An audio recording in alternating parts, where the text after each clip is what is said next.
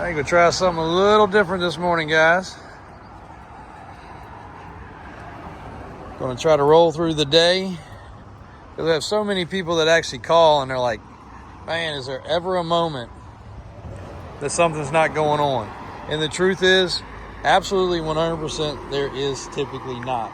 Not for me or not for my guys. So a little bit before 8 o'clock, we're getting opened up. Me and Mike are always in early. 9 o'clock's when we open. Employees kind of flow in throughout the day.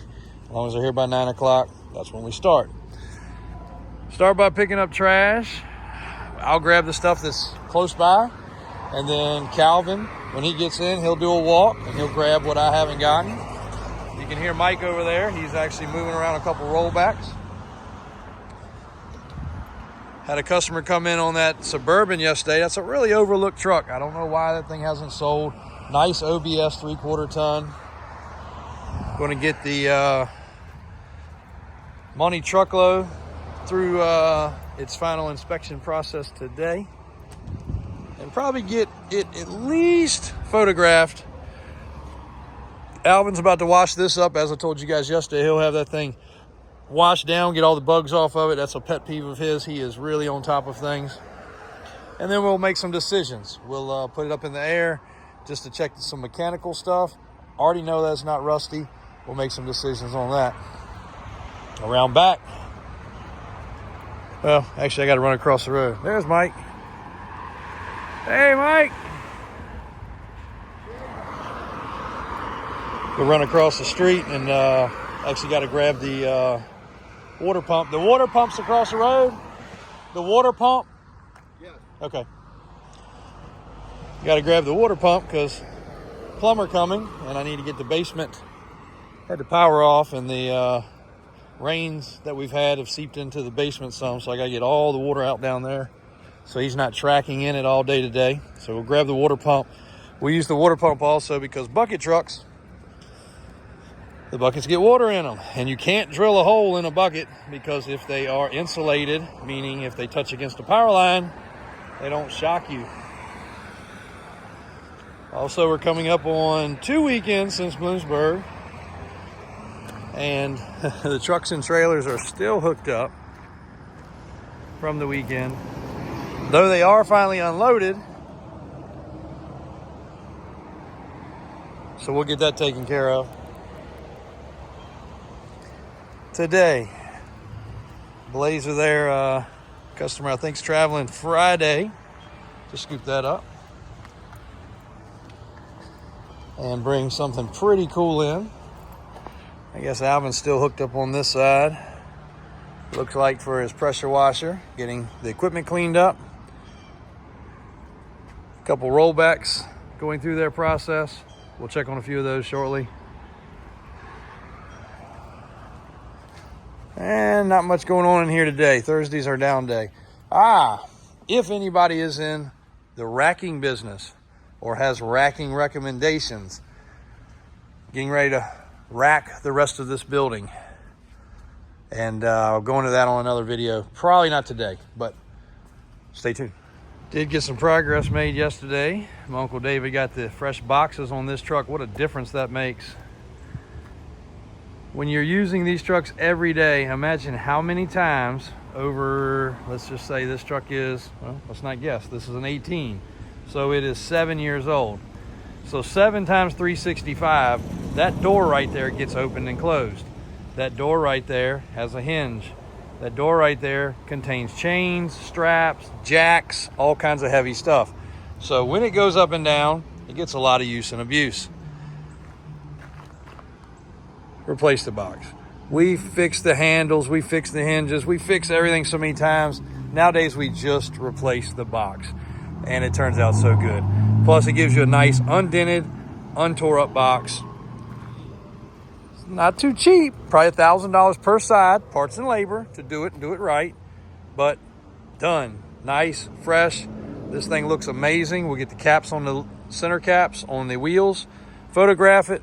This is gonna be one that's only around 50 grand. I think it's 48 to 50 grand roughly with a Cummins rollback. All right, it's about 8:30. We jumped in this truck. Alvin was gonna go put a little soaping water on these bugs, but she's out of gas. So we'll take it for a spin. Also noticing the oil pressure gauge is pegged, meaning that it's a sending unit or gauge issue. We haven't drove this one yet, so we'll give it a drive, see how it runs. The AC is working.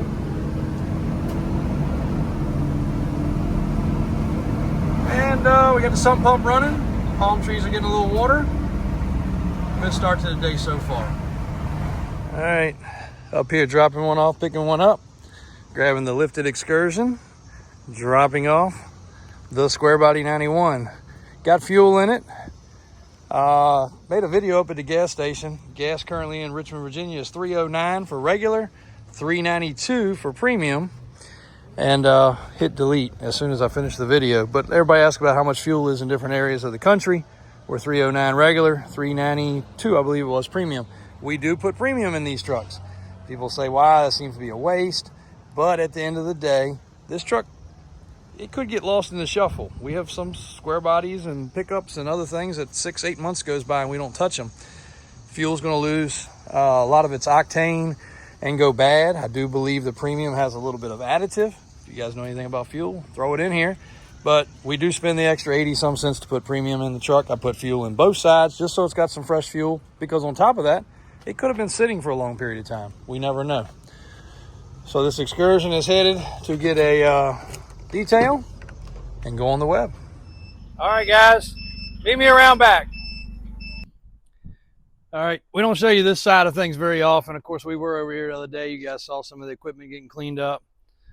Got the forklift out because we're moving some tires around.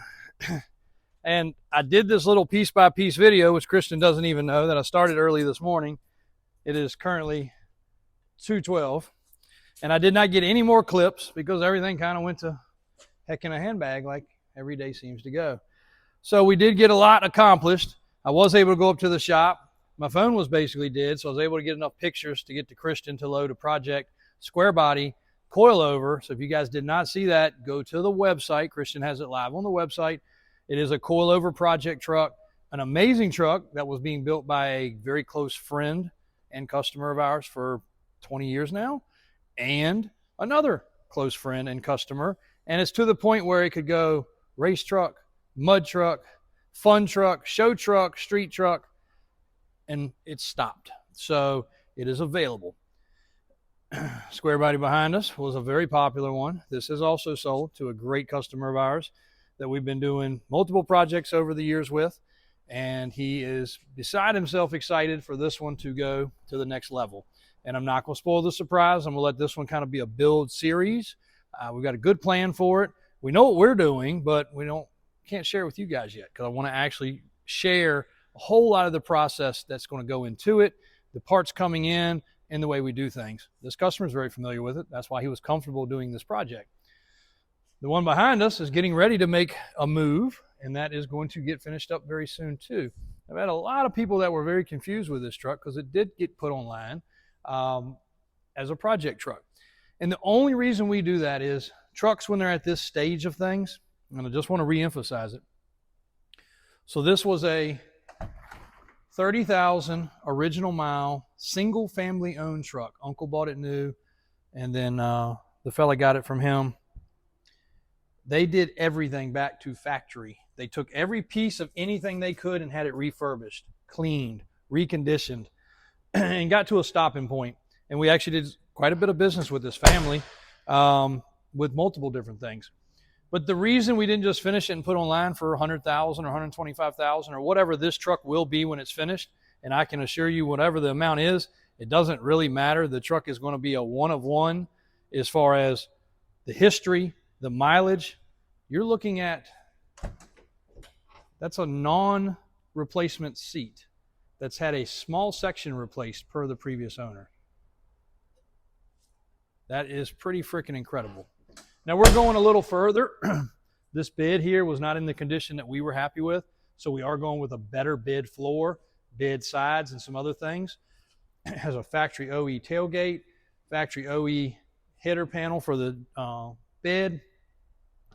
Everything they had sandblasted, cleaned, dipped, zinced, you name it. So we did put this truck up for sale prior to that. but this is a nut bolt complete. Again, if you guys haven't seen this truck in the past, it's dusty and it's filthy and it's embarrassing that it looks the way it is, but every single piece, I mean, just look at the little attention to detail. All through everywhere. Look how clean the firewall is. We have decided we're going to do vintage air on this truck, which Junior will be installing. Junior and his team will actually also be running the brake lines, running the fuel lines, running the connections and the wiring and the final assembly, stuff like that. And then back over so that we can do the assembly of the lift kit, crossover, track bar, power steps, all of the goodies there. So this one will go through all of its touches. It'll see Kenny for a minute with some things. There's going to be a lot of steps to this truck to still finish it, but somebody in their garage could have taken it to the next level. The hard part has been done. Don't know where we'll end up on height, lift, wheels, and tires. Somebody might want this truck to be bone stock. Don't know. But anyway, we're getting some of these big tires out. We do still have a couple different monster truck sets. For anybody that's looking, we do have the 5-ton setup over there. That is a full beadlock set of 48-inch brand spanking new Goodyears, virgin tires on 5 tons. I have that exact same combination on 2.5 tons. Then we have those should be 14.924s. These here are probably about 44 inches tall, and they've been cut and scooped and basically like a Meritor type pattern and reinforced. So that's a pretty cool set. We've never used these on anything. We've used all these others. Some have come off different monster trucks and different things. There is a set of 14.924 cut and scooped R2s. And I think that's it for our big monster truck stuff. So we're just trying to make some space, getting ready to shelf this area. And I was just kind of bouncing some ideas around. We may start looking at getting an actual sandblasting, soda blasting, glass blasting machine. And we may actually start prepping frames, axles, and other things and actually crating them after paint so they're ready. They'll get dusty, but we'll crate them and put them on the shelf. Crate them, put them on the shelf. Crate them, put them on the shelf. Because we've got donor trucks that are basically down to there's not much else left to pick off of them except for that stuff. So we drop the axle out, put 2 axles on a pallet, clean, ready to go. You know, put fresh seals in them, however we will decide to do it. Get the frames ready to go, and literally have it almost like it's come in here and pull a model together. Pull down a frame, pull down a set of axles. I don't know yet. That's just a wild idea. But to keep the flow going the way it has been, and for us to get enough trucks in and out, and again, the full-blown part of the project eats up time. Trucks like this, frame-off restoration, or this frame-off restoration, they're 4, 5, and 6 years in the making in most cases.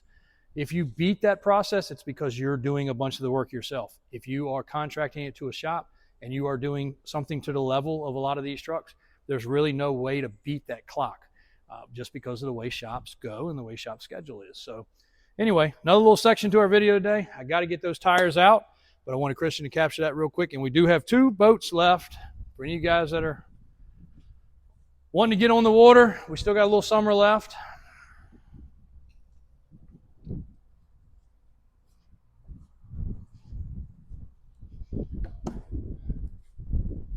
Charger boat in maroon and Charger boat in blue. Identical breakaway tongues on the trailer. Brand new. We've never put these in the water. We've never operated them. We did use one of these as a demo, not one of these 2. And it's actually an excellent riding boat. Hits the water really well, very stable. Obviously, they're bass fishing boats. And then we got a couple tractors left. The Kubotas, Christian has them online, and they're very active. The 9-wheel 3-wheeler is not for sale, for those that may ask. And we did get a few more little things done on the Blazer. And that, did it get online? No, okay. We'll try to get that online. It'll probably be tomorrow getting that done. We'll wrap this up shortly. Thanks, guys.